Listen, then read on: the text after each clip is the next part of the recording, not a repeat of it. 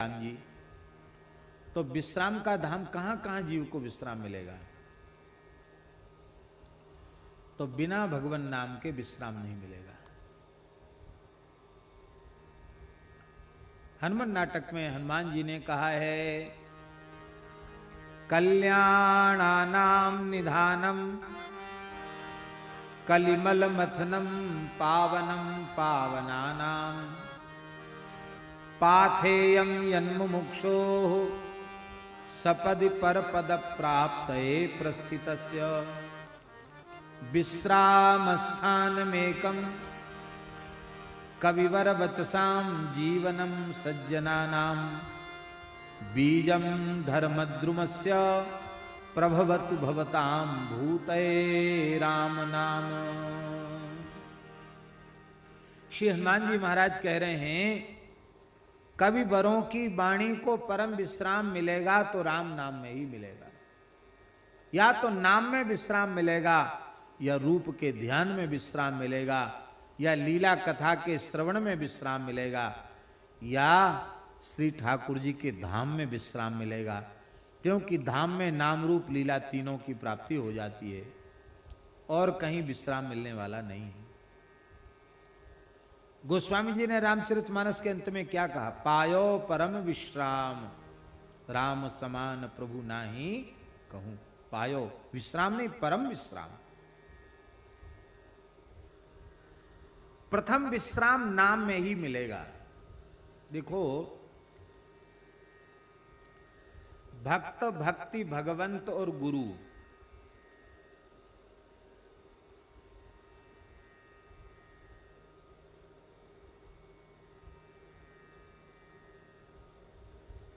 भक्त, भक्ति, भगवंत, गुरु, इस चतुर्व्यूह में भक्त तत्व प्रधान है।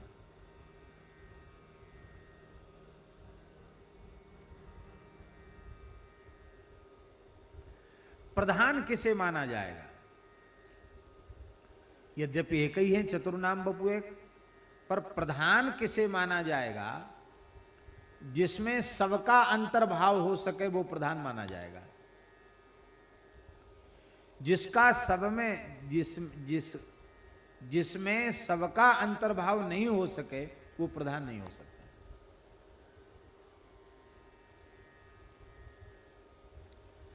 भक्त में सबका अंतर्भाव हो जाता है।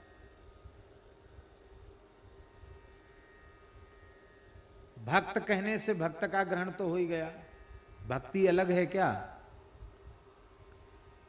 भक्त के हृदय की जो प्रीति है, भक्ति है, भाव है, उसी को तो भक्ति कहेंगे। तो भक्त का ग्रहण करने से भक्ति का ग्रहण हो जाता है।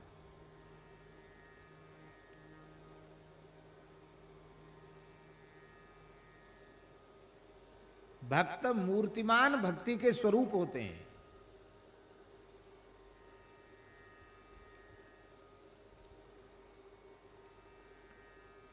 भक्ति उनके भीतर है, इसलिए तो वो भक्त हैं। भक्ति न होती तो भक्त कैसे होते? जैसे माला में सूत भीतर होता है, ऐसे ही ये भक्ति सूत्र है। भक्ति सूत्रोपनद्धा, भक्ति सूत्र है। इसमें ठाकुर जी पिरोए हुए हैं, गुरु जी पिरोए हुए हैं, भक्त भी पिरोए हुए हैं, सब इसी में पिरोए हुए हैं। सबके भीतर भक्ति है। देखो, इस माला में सब और भीतर से धागा है कि नहीं? पर ये जो दाना है, सुमेरु जिसको कहते हैं, इसमें दोनों मिलकर के धागा है। माने सब दानों से इस दाने में दुगना धागा है। आशय क्या हुआ? सुमेरु गुरु जी हैं, फुंदना ठाकुर जी हैं,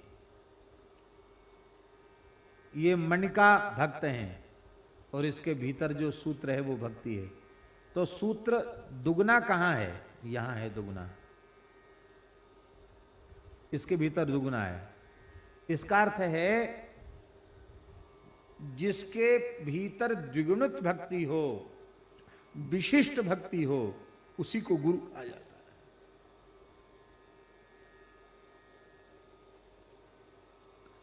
अब फुंदना से निकलते हैं दोनों धागे ऊपर इसे सुमेरु से, और फिर फुंदना को बांध लेते हैं। वो फुंदना कौन है? ठाकुर जी। फुंदना रंग बिरंगा है।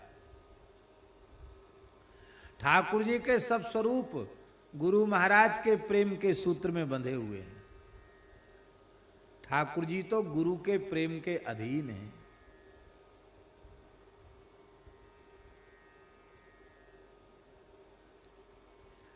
हम लोग ठीक से बात समझते नहीं हैं, वैसी कोशिश नहीं करते हैं, और कोशिश भी क्या करें, प्रयत्न साध्य नहीं है, भगवान की कृपा से ही संभव है, फिर भी प्रयास तो करना ही चाहिए। किसी भी पद्धति से हम अपने पूज्य गुरुजनों को संतुष्ट कर लें तो बिना कुछ किए भगवत साक्षात्कार हो जाएगा, भगवत प्राप्ति हो जाएगी, इसमें संदेह नहीं है, नहीं है, नहीं है।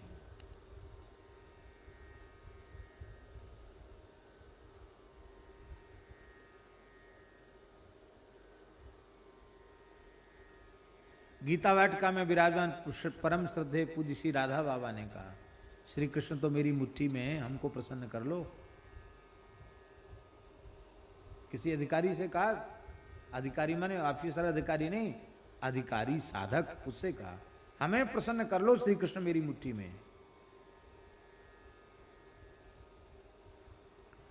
संतों की, गुरुजनों की प्रसन्नता, उनके विचारों को, उनके सिद्धांतों को जो अपना जीवन बना लेते हैं, उन्हें उनकी प्रसन्नता प्राप्त हो जाती है। जो प्रसन्नता प्राप्त हो जाती है तो जो काम अपने पुरुषार्थ, अपने साधन से सैकड़ों जन्मों तक साधन करने पर भी नहीं होगा, वो काम इसी जन्म में, इसी शरीर से हो जाएगा।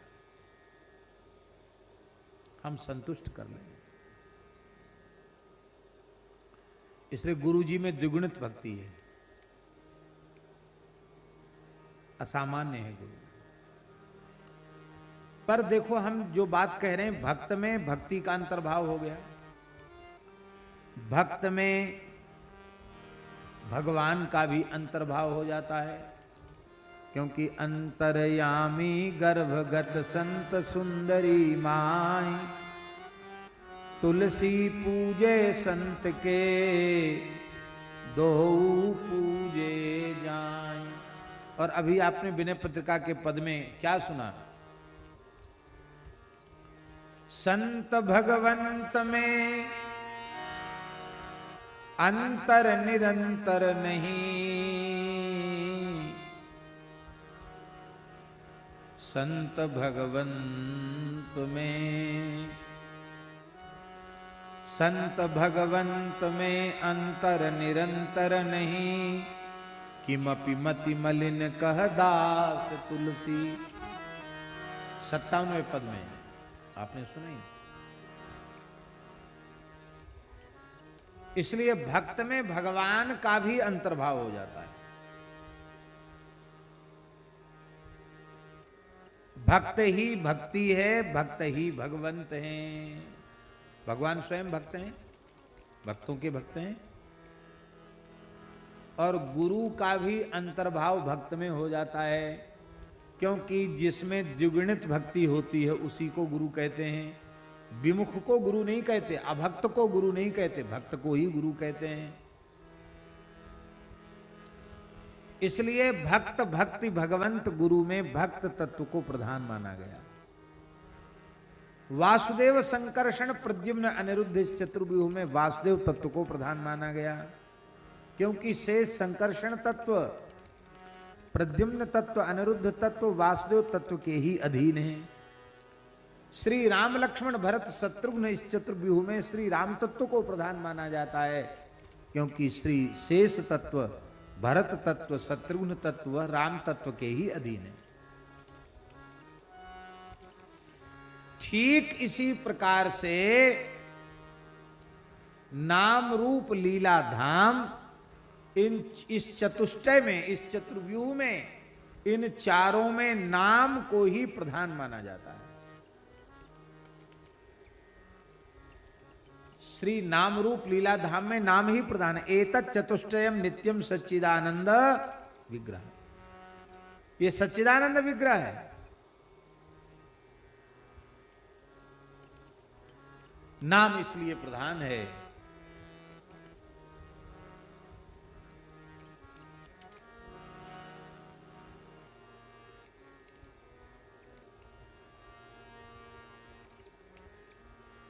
देखहि रूप नाम बिनु जाने, करतल गत न परे पहचाने। वस्तु आपकी हथेली पर रखी है, आप नाम नहीं जानते हो तो आप पहचान नहीं पाओगे है क्या चीज।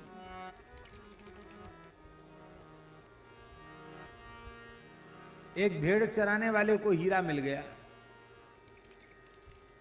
इतना बड़ा हीरा, अमूल्य हीरा।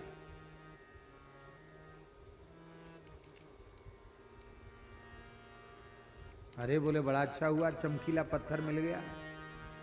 उस पत्थर को उसने, गोफन होता ना ऐसे सूतली से गोत करके, और जैसे महात्मा लोग हीरा पहनते ना गले में, तुलसी का दाना मोटा, ऐसी उस हीरे को अपने भेड़, जो भेड़ा था ना, भेड़ नर, उसके गले में बांध दिया।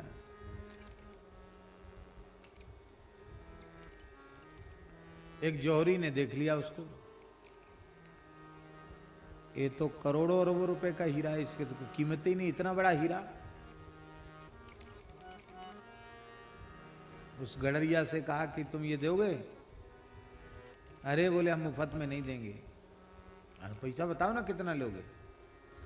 उसके घर में नमक की जरूरत थी, उसने सोचा कि बड़ा मूर्ख बनिया है, पत्थर ले रहा है, उसकी कीमत बता रहा है, पूछ रहा है। बोले हमको आप चाहो तो 2-3 सेर नमक दे दो। क्या कहा? 2-3 सेर नमक दे दो, नमक की जरूर, घर में नमक नहीं है।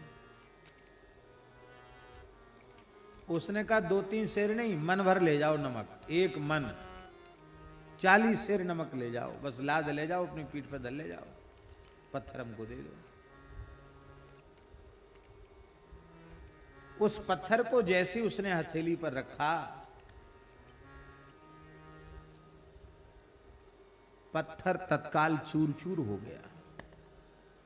बहुत दुखी हुआ। मैं पता नहीं कितने राजाओं का, कितनी महारानियों का मुकुटमणि तुम्हें बना देता, और तुम चूर चूर क्यों हुए? उस हीरे ने कहा, गडरिया तो बेचारा जानता नहीं था कि मैं कौन हूं, क्या हूं, मेरा नाम तक उस बेचारे ने नहीं सुना था, पर तुमने मेरी महिमा जानकर, मेरा नाम जानकर भी मेरा जो अपमान किया उसे मैं सह नहीं पाया, इसलिए मैं चूर चूर हो गया। क्या मेरी कीमत 40 सेर नमक ही है?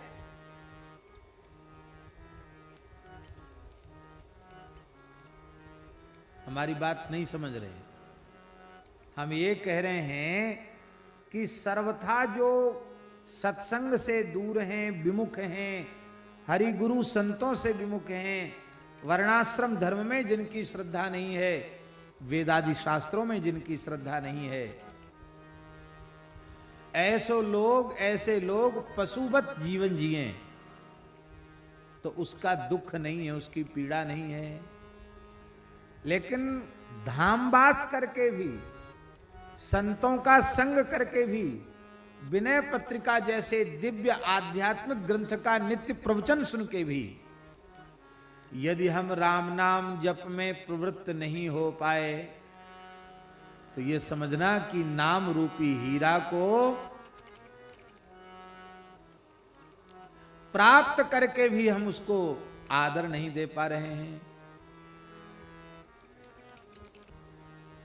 वस्तुतः भगवान का नाम ही अमूल्य मणि है। राम नाम मणिदीप धरु, जीह देहरी द्वार, तुलसी भीतरु बाहिर, जो चाहसी उजियार।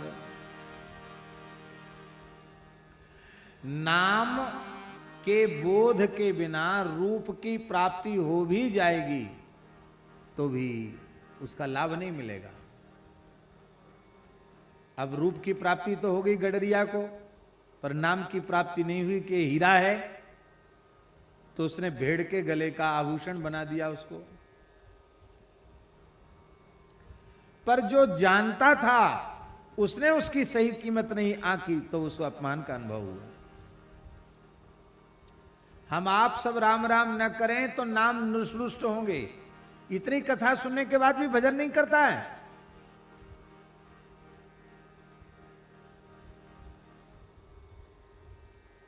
नाम के बिना रूप का प्राकट्य नहीं होता। बिल्कुल ध्यान मत करो, केवल और केवल वैखरी वाणी से धुन लगा लो, रट लगा दो नाम नाम की, रूप अपने आप प्रकट हो जाएगा।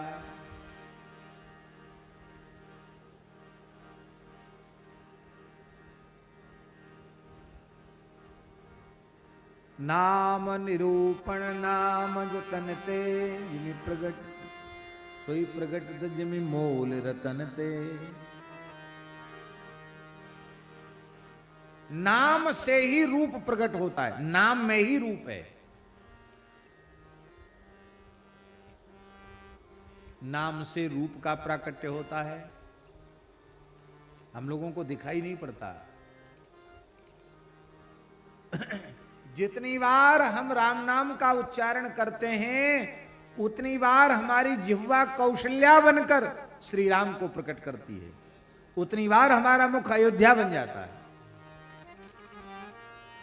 24वीं चतुर्युगी के त्रेता में एक बार कौशल्यानंदन राम जी बने, लेकिन नाम जापक जितनी बार राम राम बोलता है उतनी बार उसका मुख अयोध्या, उसकी जिह्वा कौशल्या बनकर राम जी को प्रकट कर देती है। प्रत्येक राम नाम के साथ धनुर्बाणधारी क्रीट मुकुटधारी रघुनाथ जी प्रकट होते हैं। हम अंधे हैं, हमें दिखाई नहीं पड़ता है। हम जितनी बार कृष्ण नाम का उच्चारण करते हैं उतनी बार हमारी जिह्वा ब्रजभूमि बन करके, वृंदावन बन करके, यशोदा बन करके उतनी बार श्री कृष्ण को प्रकट करती है। नाम के अव्यवहित उत्तर क्षण में रूप का प्राकट्य होता है। और भैया रूप प्रकट हो जाएगा तो लीला तो अपने आप प्रकट हो जाएगी।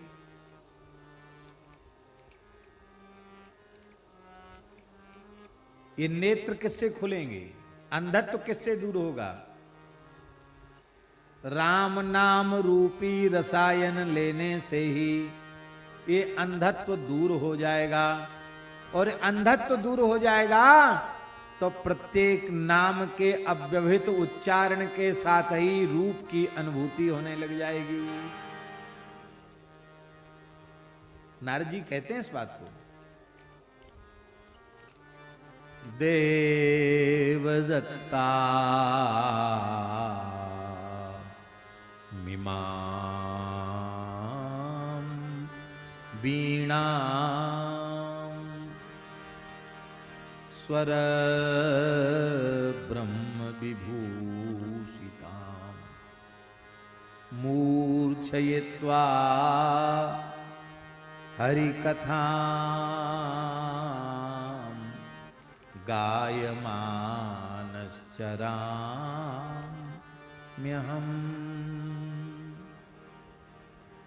जैसे ही नारद जी कीर्तन करते भगवान प्रकट हो जाते सामने। हनुमान जी कीर्तन करते हैं तो राम जी प्रकट हो जाते हैं। नारद जी हनुमान जी कीर्तन करते तब राम जी भगवान नारायण प्रकट होते, कृष्ण प्रकट होते, ऐसा नहीं। हम आप कीर्तन करते हैं तब भी भगवान प्रकट होते हैं। पर नारद जी शंकर जी की, हनुमान जी की जैसी दृष्टि हमें मिल जाए तो हमें वो झांकी दिखाई पड़ने लग जाएगी। पर हमें दिखते इसलिए नहीं कि हम अंधे हैं। नाम के साथ ही रूप का प्राकट्य, और रूप के प्रकट होते ही लीला का प्राकट्य। रूप प्रकट होवे और लीला न करे, ये कैसे संभव है? रूप के प्राकट्य के साथ ही लीला का प्राकट्य, क्योंकि ये लीला बिहारी हैं। लीला करना इनका स्वभाव है। लीला किए बिना ये रह नहीं सकते हैं, ऐसे लीलाधारी हैं। तो नाम के प्रकट होते ही रूप का प्राकट्य, रूप के प्रकट होते ही लीला का प्राकट्य, और रूप और लीला ये प्राकृत प्रदेश में प्रकट नहीं हो सकते। रूप और लीला जहां प्रकट होते हैं उसी को धाम कहते हैं। रूप और लीला जहां प्रकट होते हैं उसी को धाम कहते हैं। इसलिए नाम ही रूप को प्रकट कर देता है, नाम ही लीला को प्रकट कर देता है, और नाम ही धाम को प्रकट कर देता है। महाराज जी के मुखारविंद से हमने सुना है, महाराज जी कहते थे कि राम राम करने वाला धरती के किसी कोने में रहे, उसे अयोध्या वृंदावन सबका अनुभव वहीं रहकर हो जाएगा, कहीं जाने की आवश्यकता नहीं उसको। और धाम में रहकर राम राम न करे तो जीवन भर रह जाए धाम में, तो भी धाम की महिमा क्या है समझ में नहीं आएगा। यही ईंट पत्थर सब जगह दिखाई पड़ेंगे, जड़ प्रकृति सब जगह दिखाई पड़ेगी, पर हम लोगों को जो दिख रहा है क्या ब्रज वही है? इसको स्वामी हरिदास जी के नेत्रों से देखो, इसको श्री हरिवंश जी के नेत्रों से देखो, इसको श्री हरिराम व्यास जी के नेत्रों से देखो, इसको श्री तुलसीदास जी, सूरदास जी, कबीरदास जी, मीराबाई के नेत्रों से देखो, ऐसा दिखाई पड़ेगा?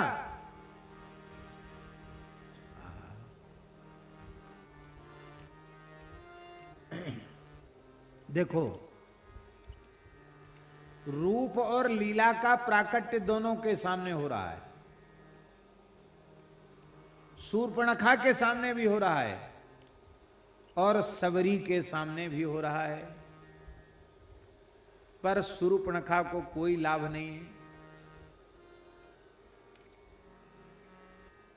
शूर्पणखा रावण के बहनी, रावण की बहन है, नागिन जैसा दुष्ट हृदय उसका।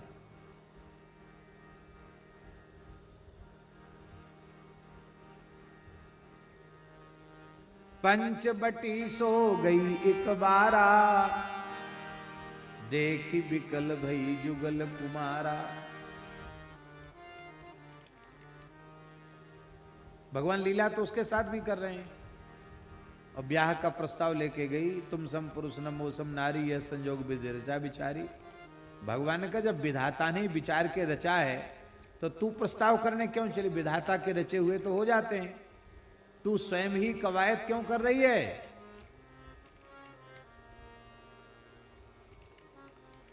उसने कहा, महाराज ये गुमान मत करना कि हम बड़े सुंदर हैं। हाँ, मैं जितनी रूपवती हूं उतना सुंदर पुरुष कोई मिला नहीं, ताते अब लग रहू कुमारी। भगवान ने कहा चलो कोई बात नहीं, अब तो ठीक है। बोले नहीं नहीं अभी ठीक नहीं है, मन माना कछु तुम ही नहीं आ रही। मन को मैंने मना लिया, समझा लिया, चलो ठीक है, अब चलो यही सुंदर हैं, इनसे बढ़िया कोई मिला नहीं, तुम ही सही। तो राम जी बोले बहुत खतरनाक है तो, कथनचित हमसे सुंदर कोई मिल जाए तो देखेगी नहीं हमारी तरफ। ये तो क्या हुआ नाटक? लीला तो राम जी वहां भी कर रहे हैं, लेकिन यहीं से साफ हो गई, नाक कान जैसी हरा।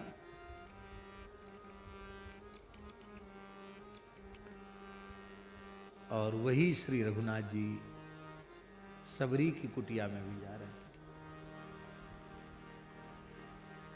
सबरी भगवान के चरण धो रही है, सबरी भगवान का आतिथ्य कर रही है, और सबरी को रघुनाथ जी प्रसन्न होकर नवधा भक्ति का उपदेश दे रहे हैं। प्रथम भगति संतन कर संगा, दूसर व्रत मम कथा प्रसंगा, इत्यादि क्रम से नवधा भक्ति का उपदेश भी दे रहे हैं। और सबरी भगवान का आतिथ्य करके योगाग्नि में अपने देह को भस्म करके नित्य साकेत प्रयाण कर रही है। नारी पात्र तो दोनों है। क्या करोगे बाबा अर्थ कि मम दर्शन कर फल सहज अनुपा, जीव पाव निज सहज स्वरूपा। उसको तो सहज स्वरूप नहीं मिला शूर्पणखा को, पर सबरी को सहज स्वरूप क्यों मिल गया? क्योंकि सबरी के कान में गुरु जी ने नाम दे दिया है। प्रियादासी लिखते भक्तमाल में, श्रवण में नाम दियो, आश्रम में बास दियो।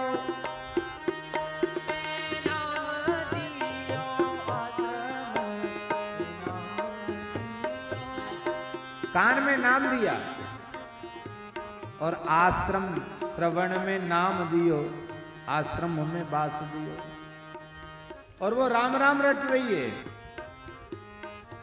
10,000 वर्ष की प्रतीक्षा के बाद राम जी आए। रामा रामा रटते रटते बीती रे उमरिया, रामा रामा रटते रटते बीती रे उमरिया। रघुकुल नंदन कब आओगे, दिल्ली की डगरिया। रघुकुल कब आओगे, रामा रामा रटते रटते तीरे उमरिया, रामा रामा रटते रटते।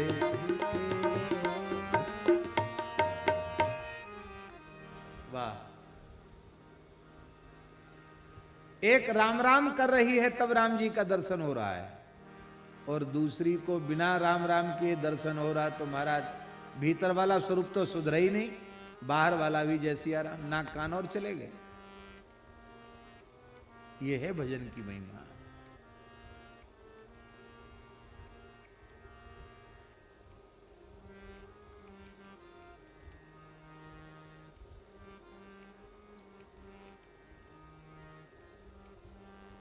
इसलिए धाम का सुख भी उन्हीं को मिलता है जो निरंतर श्री नाम का आश्रय लेते हैं। नाम का आश्रय जो नहीं लेते, वे धाम में रहे आवें तो भी उन्हें धाम का सुख नहीं मिलता। धाम का सुख उन्हीं को मिलेगा, धाम का सुख उन्हीं को मिलेगा जो नाम का आश्रय लेते हैं। तो नाम रूप लीला और धाम, इस चतुष्टय में बढ़िया हुआ, नाम ही प्रधान है। नाम के बिना न रूप, न नाम के बिना लीला, न नाम के बिना धाम। नाम में ही सब कुछ है। रामचरितमानस में राम जी की लीला है लीला। लेकिन गोस्वामी जी क्या कह रहे हैं? यही महारघुपति नाम उदारा, यही महारघुपति नाम उदारा। अति पावन पुराण श्रुति सारा, अति पावन पुराण श्रुति सारा। इसलिए राम नाम में ही विश्राम मिलेगा। चाहे जहां चले जाओ, चाहे जो कुछ कर लो, चाहे जितने कठोर से कठोर साधन कर लो, राम नाम का आश्रय नहीं लिया तो चित्त को विश्राम मिलेगा नहीं। इसलिए राम राम रमु, राम राम रटू, राम राम जपो जीहा। राम राम रमु, राम राम रटो राम राम जपो जी। राम नाम नव नेह में को, राम नाम नव नेह में को, मन हठी होई पपीहा, मन हठी होई पपीहा। राम राम रटू राम राम रटू राम राम जपो जी। राम राम में रम जाओ।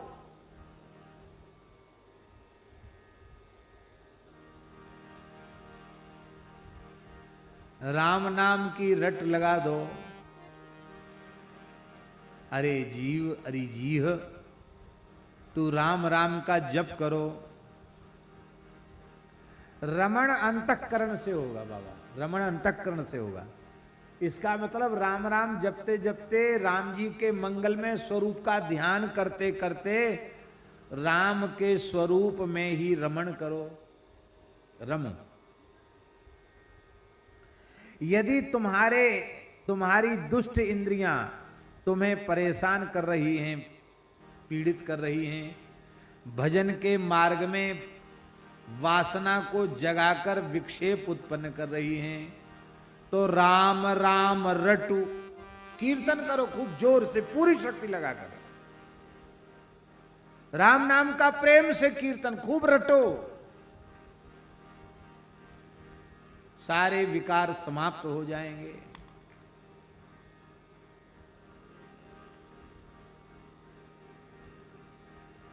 और राम नाम जपू,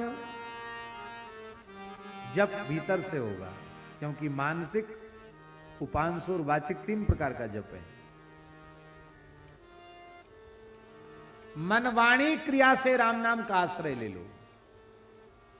राम नाम रूपी नए मेह का, अरे मन, ये राम नाम रूपी स्वाति का जो जल है, स्वाति का जो अमृत है, इसको पीने के लिए तू पपीहा बन जा। मन हठी हो ही पपीहा, मन हठी हो ही पपीहा।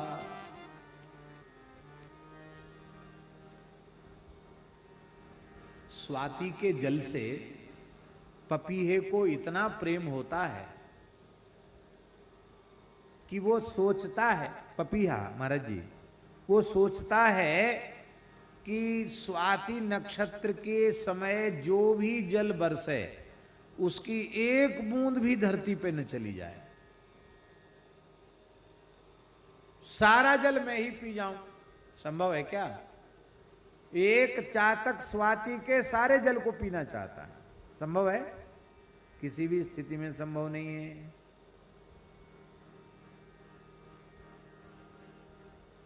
नाम से इतनी प्रीति होनी चाहिए जैसी चातक को स्वाति के जल से प्रीति।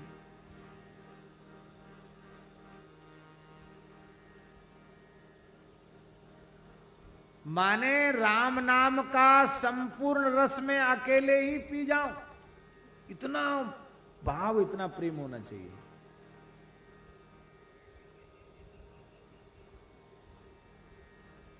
श्री स्वामी अग्रदेवाचार्य जी महाराज कहते हैं, क्या कह रहे हैं अग्र स्वामी जी?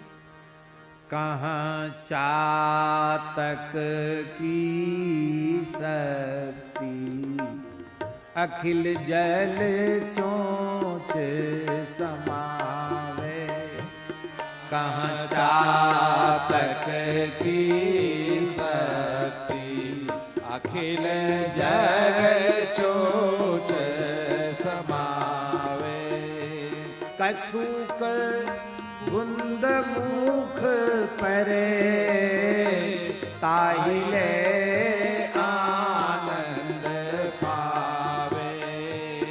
शोक